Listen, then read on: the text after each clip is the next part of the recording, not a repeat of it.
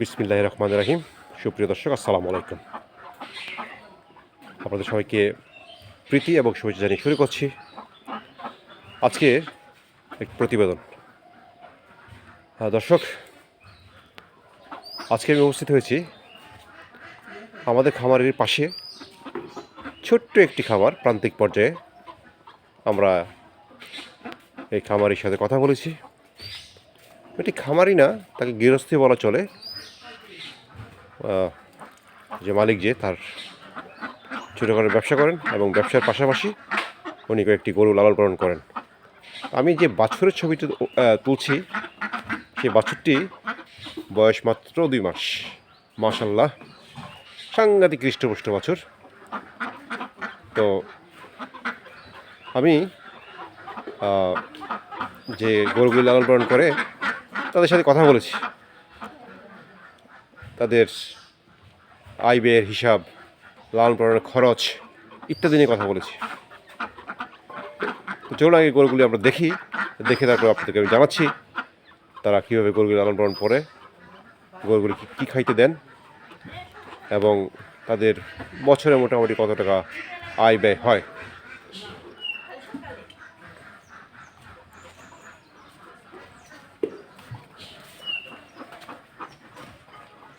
এই খামারের গোয়ালঘর, এখানে একটি গাভী, এই যে বাছুরটি দেখলাম, এই বাছুরেরই মা এটি নাকি 4 কেজি দুধ দেয়। তারপর যে সাদা গাভীটি, এটাও খুব মাঝারি সাইজের একটা গাভী, ছোটো গাভী। এটি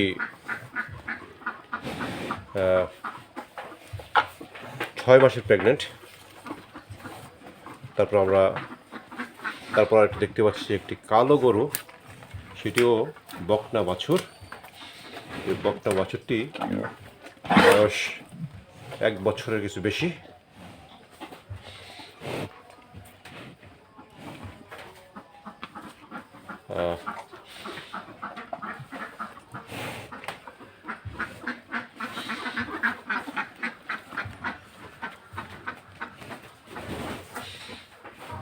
তারপর এখানে আমরা দেখতে পাচ্ছি যে আরও একটি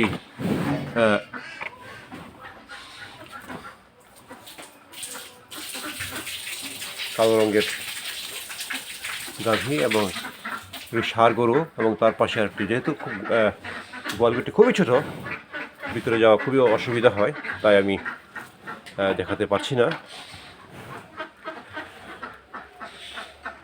খামারি আমাকে বলেছে যে তারা মোটামুটি 2টো গাভী এবং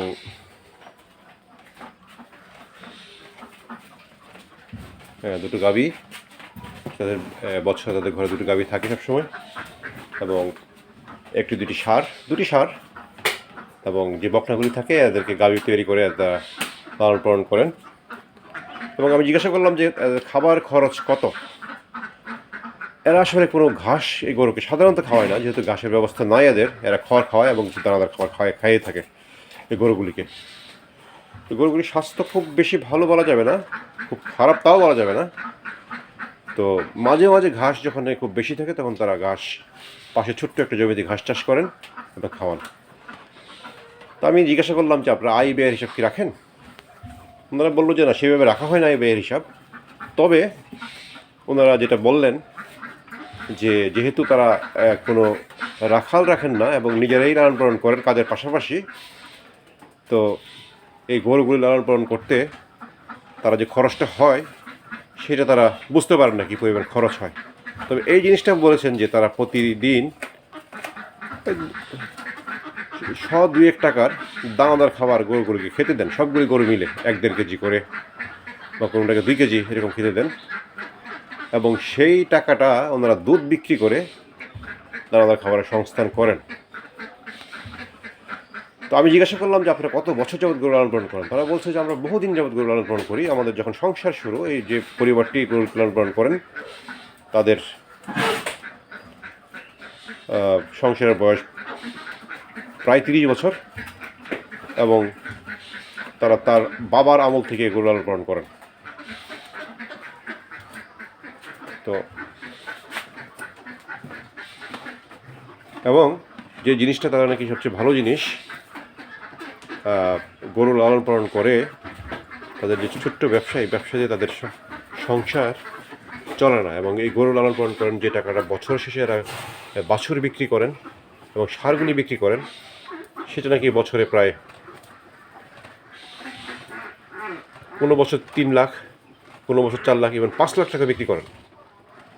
এবং এটাই তাদের একটা সম্পদের উৎস। এবং এই টাকা জমি কিনেছেন এবং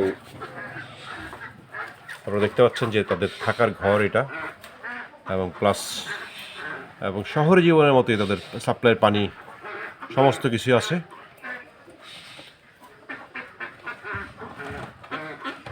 এবং বেশ ভালো অবস্থানে আছেন। আমাকে বললো যে ব্যবসা থেকে যে টাকাটা হয় সেটা দিয়ে তাদের সংসার চলে, এবং এই গরুগুলো লালন পালন করে যে টাকা পান ওনারা সেটা তাদের বিভিন্ন উন্নয়নমূলক কাজে ব্যয় করেন, যেমন